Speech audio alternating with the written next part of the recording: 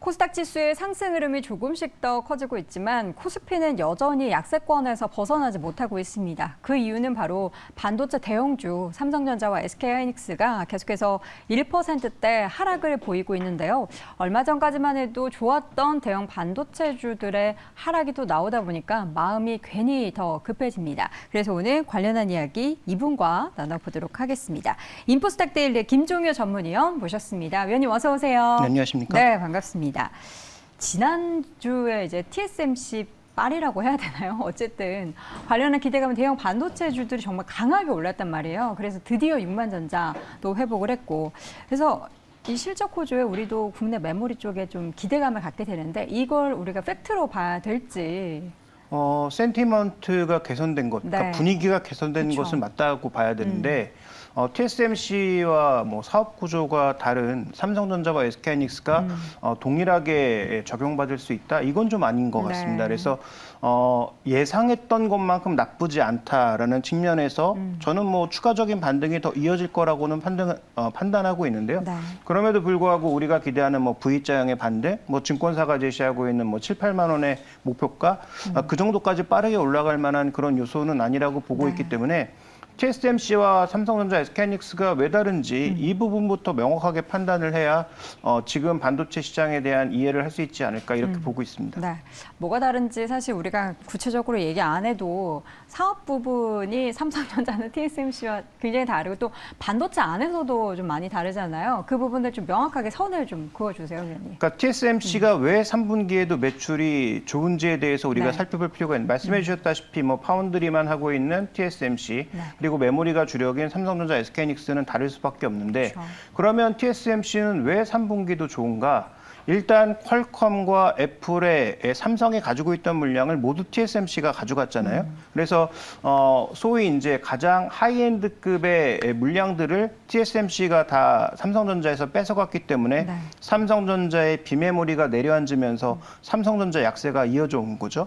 그래서 이런 부분들로 인해서 일단 차이가 하나 있고요. 그다음에 TSMC는 어쨌든 애플향 물량들을 계속 뽑아내고 있기 때문에 IT 세트에서 그나마 잘 팔리고 있는 것, 그다음에 신제품이 나왔을 때 여전히 소구력이 있다고 생각하는 쪽이 애플 아닙니까? 네. 그러면 애플의 M2 칩, 그다음에 여러 가지 그 다양한 반도체들을 제공하고 있는 TSMC는 그나마 수요가 견조하다라고 볼 수 있는 상황인 것이고 더 중요한 건 IT 세트가 잘 될 때 남아도는 라인들을 PMIC하고 그다음에 DDI, 저번 주에 말씀드렸던 DBI텍의 주력 제품이었던 이런 쪽으로 올인했던 TSMC가 이쪽의 가동률이 떨어지면서 이제 뭘 할 수 있느냐? 남아도는 라인들을 자동차로 돌릴 수 있다는 거죠. 네. 그러니까 자동차는 지금 그 소매 재고가 없는 상황인데 소매 재고를 채워 넣는 과정에서 자동차용 반도체 수요도 여전히 증가할 수 있기 때문에 그다음에 반도체 리드 타임 27주까지 증가했던 핵심 포인트가 결국은 파운드리 공장이 가동률이 100%로 들어가면서 증가한 것이었기 때문에 네. 3분기까지 TSMC는 가동률이 떨어질 가능성이 낮다. 그래서 현재 IT 재고가 쌓여가고 있음에도 불구하고 결국 TSMC도 제가 보기에 4분기에는 같이 둔화될 가능성이 높지만 3분기까지는 기존의 PMIC나 DDI로 갔던 라인들을 전환해주는 것만으로도 충분히 버텨낼 수 있는 그다음에 지금 기존의 리드 타임의 대부분이 TSMC 향이었기 때문에 이것으로 인해서 TSMC는 이익률도 비교적 견조하게 버틸 수 있는 왜냐하면 계속 주문이 쌓여 있으니까 그 주문을 소화하는 과정 내에서는 마진율을 떨어뜨릴 필요가 없고 여기도 결국은 최근에 뭐 대만 환율도 우리랑 마찬가지여서 대만의 그 달러가 약세를 보이는 그런 과정에서 달러로 벌어들인 그런 돈들이 결국은 실적에 플러스 요인으로 작용하고 있다라는 점에서 TSMC와 우리가 지금 SK하이닉스 그리고 삼성전자의 명확한 차이를 먼저 짚고 넘어갈 필요가 있는 것이죠. 선을 그렇게 그어주시니까 이렇게 하락하는 데는 우리가 또 너무 또 기대감에 오른 게 있었나라는 그런 생각이 좀 들어서 좀 많이 아쉬운데 사실 어쨌든 그래도 올라서 우리는 좋았단 말이에요. 근데 지금 주가가 6만 원 선 위에 있긴 하지만 이게 많이 위에 있는 게 아니라서 언제든 깨질 수 있을 거라는 생각이 좀 들고 SK하이닉스도 결국에는 10만 원 선을 내줬잖아요. 근데 네. 오늘 또 거기 이슈 가운데 애플이 밤사이에 허리띠 졸라맨다라고 하니까 또 부상하는 게 SK하이닉스도 공장 증설 좀 유보했다고 하는데 이 여기가 같이 맞물리면서 어려워지는 거 아니야? 이런 생각이 좀 든단 말이죠. 근데 우리가 생각해 봐야 될 건 그것 때문에 미리 빠진 거잖아요. 그러니까 지금 현재 구간에서 반도체 반등을 TSMC가 분위기를 개선시켜 줬다면 네. 그러면 본질적으로 올라가고 있는 이 외국인들의 매수의 본질은 뭘까도 고민해 볼 필요가 있는 거죠. 저는 이게 반도체가 좋아서 적극적으로 사는 물량도 뭐 일부 있겠지만 네. 장기적으로 보고 단기적으로 생각해 보면 우리 시장이 왜 그렇게 상대적으로 약세를 보였을까? 외국인들의 매도 때문이었고 외국인들의 매도의 주력은 무엇이었을까? 삼성전자와 SK하이닉스였던 거죠. 네. 그러면 외국인들이 뭔가 시장에 변화가 생기는 것 같아서 공매도 포지션을 줄이면 뭐부터 살까를 고민해 보면 답이 이미 나와 있는 네. 거죠. 그러니까 삼성전자, SK하이닉스가 좋아서 들어오는 물량도 있지만 여기에 상당 부분은 기존의 공매도를 청산하는 과정에서 반등이 좀 빠르게 나타난 것이다라고도 이해해 볼 수 있는 상황입니다. 그래서 저는 뭐 중장기적으로 삼성전자와 SK하이닉스에 대해서 굉장히 좋게 보고 있지만 네. 지금의 반등이 펀더멘탈이 개선돼서라기보다는 또 애플의 이슈도 애플이 가장 강했기 때문에 뒤늦게 발표하는 것뿐이죠. 가장 취약했던 페이스북, 메타가 제일 먼저 감원을 발표했고 네. 그다음에 뭐 구글이라든지 여러 업체들이 마이크로소프트도 뒤이어서 계속 감원 발표하고 있고요. 마지막으로 그나마 제일 잘 버텼던 애플도 우리도 더 이상 무리하지 않겠다라고 발표한 거죠. 그러니까 이 이슈로 인해서 하락했다라기보다는 오늘 오히려 단기적인 영향을 주고 있는 것은 SK하이닉스도 뭔가 공격적으로 할 줄 알았더니 일단 그 청주 공장에 대한 투자를 보류했다. 네. 그러면 이거 뭐 반도체 시장에 대해서 뭔가 부정적으로 보고 있는 것 아닌가라는 생각을 하실 수도 있지만 역으로 생각해 보면 길게 봤을 때 여기에 계속 공장 증설해서 낸드 물량 막 늘려놓으면 인텔까지 인수한 상황에서 낸드에 대한 공급이 IT 제품이 안 팔리는 상황에서 확 늘려놓으면 가격이 더 빠질 거 아니에요. 그러면 중장기적으로 낸드의 추가 물량을 덜 만들어내기 때문에 수급적인 측면에서는 오히려 긍정적인 것도 있고요. 그다음에 그다음에 이제 투자비가 최근에 물가가 올라가면서 원래 한 20조 잡아놨다면 30조 뭐 이런 식으로 폭등하고 있지 않습니까? 그러면 이런 투자비를 지금 감당하는 것보다는 오히려 반도체 가격을 지킬 수 있는, 공급을 지킬 수 있는 증설을 제한하고 그다음에 나갈 수 있는 비용도 제한하는 것이 과연 중장기적으로는 나쁜 일인가에 대한 판단도 동시에 해봐야 되는 거죠. 이 생각을 해서 어쨌든 업황이 안 좋아지거나 실적이 이거 좀 안 좋아지는 거 아닌가에 좀 포커스를 둔다면 투자를 할 수 없을 것이고 말씀해 주셨듯이 물량을 줄여서 가격적인 메리트가 있어지고 무리하지 않는 그런 전략으로 경영을 하기 때문에 긍정적인 부분들이 더 많다 쪽으로 기울이게 되면 투자를 할 수 있는 건데 지금 일단 위원님께서는 두 번째이신 거잖아요. 네, 뭐 중장기적으로는 전혀 나쁘지 않다. 네. 그다음에 최근에 그러니까 너무 높은 가격에 사서 최근에 하락이 버티기 힘드신 분들에게는 뭐 조금 이렇게 위로의 말씀을 드리기가 어렵지만 그동안 반도체에서 살려고 했는데 워낙 안 좋고 주가도 빠져서 안 사셨던 신규 매수자 입장에서는 저는 지금이 과연 나쁜 상황인가 그다음에 공급을 줄이겠다고 하는 게 과연 악재인가 네. 반도체 가격 측면에서 그렇죠. 봤을 때 이런 부분도 고려해 봐야 된다는 것이죠. 공급이 줄어들어서 가격이 올라가는 것에 포커스를 둔다면 이것은 호재다라고 이야기를 해주셨습니다. 그러면 지금은 가격이 꼭 올라가는 것보다는 가격이 떨어지는 것을 방어만 해도 일단 충분히 괜찮지 않나 이렇게 보고 있습니다. 올라가는 것까지 보기에는 조금 더 시간이 소요가 필요할 수 되거나 있죠. 환경이 달라져야 되고 방어하는 걸로만 봐서는 긍정적이다라는 말씀. 그러면 애플의 뭐 긴축에 영향을 받았다라기보다는 뭐 수급적인 부분에 있어서 우리가 이 SK하이닉스와 삼성전자 주가를 봐야 되는 거네요. 지금 단기적으로 보면 네. 그렇고요. 그러니까 여기서 투자 관점을 우리가 명확하게 해야 되는 건 근데 SK하이닉스와 삼성전자를 단기 투자하시는 분들은 아마 거의 없지 않을까? 이렇게 보기 때문에 중장기적으로 투자하신다면 현재 손실이 났다고 하더라도 네. 흔들릴 필요가 전혀 없는 것이고 그다음에 지금 신규 매수를 고민하시는 분들은 뭐 이게 여기가 이제 저점을 완전히 통과해서 지금부터는 뭐 V자로 갑니다. 이렇게 또 생각할 수도 없기 때문에 네. 분할 매수 관점에서는 저는 충분히 매력적인 가격 아닌가? 그래서 SK하이닉스도 충분히 접근할 수 있는 가격이다. 왜냐하면 지금 IT의 최대 문제는 쌓여있는 재고와 경기 악화로 인해서 이런 재고를 소화하는 과정에서 마진이 떨어질 것에 대한 우려. 이게 또 반도체 가격의 하락까지 이어지고 있는 상황이니까 네. 부담을 느끼고 있지만 그러면 미래를 위해서 클라우드 투자 안 할 거야?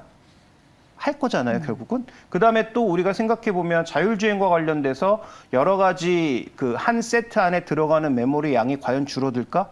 그렇지 않을 거거든요. 그러니까 그런 과정에서 보면 지금의 주가 하락은 뭐 중장기적인 투자자 입장에서는 분명히 메리트 있는 가격이다. 이렇게 볼 수가 있을 것 같습니다. 너무 매력 있죠. 사실 지금 TV 보시는 분들 중에서는 삼성전자 8층에 사람 있어요 하시는 분들 계실 거고, SK하이닉스 여기 13층, 14층입니다 하시는 분들 계실 거예요. 그에 대비하면은 너무나 주가가 많이 하락해 있는 구간이기 때문에 오늘 좀 이렇게 흔들리는 거 짧게 보는 게 아니라 좀 중장기적으로 봤을 때는 충분히 좀 나눠서 분할 매수할 수 있는 구간이다라는 말씀입니다. 자, SK하이닉스 공장 증설 관련해서 참 우려를 가진 시각으로 저희는 바라보고, 위원님께서도 이거 SK하이닉스도 좀 어려워서 그럴 수도 있다라는 이야기를 하실 줄 알았는데 오히려 이걸 또 긍정적으로 해석을 해주셔서 앞으로에 대한 기대감이 나타날 수도 있을 것 같은데. 그러니까 애플과 SK하이닉스가 둘 다 공통점은 투자를 하지 않는다라는 것 자체는 아쉬울 수 있지만 네. 어려운 상황에서 돈을 많이 써가면서 무리하지 않겠다가 않는다. 핵심 포인트인 거죠. 그러면 우리가 걱정했던 건 상황이 안 좋은데 투자를 계속 늘리다 보면 자연스럽게 자신들이 판 제품 가격은 떨어지고 투자비는 올라가면 네. 캐시플로우도 당연히 줄어들 거고 실적도 안 좋아질 거 아니겠습니까?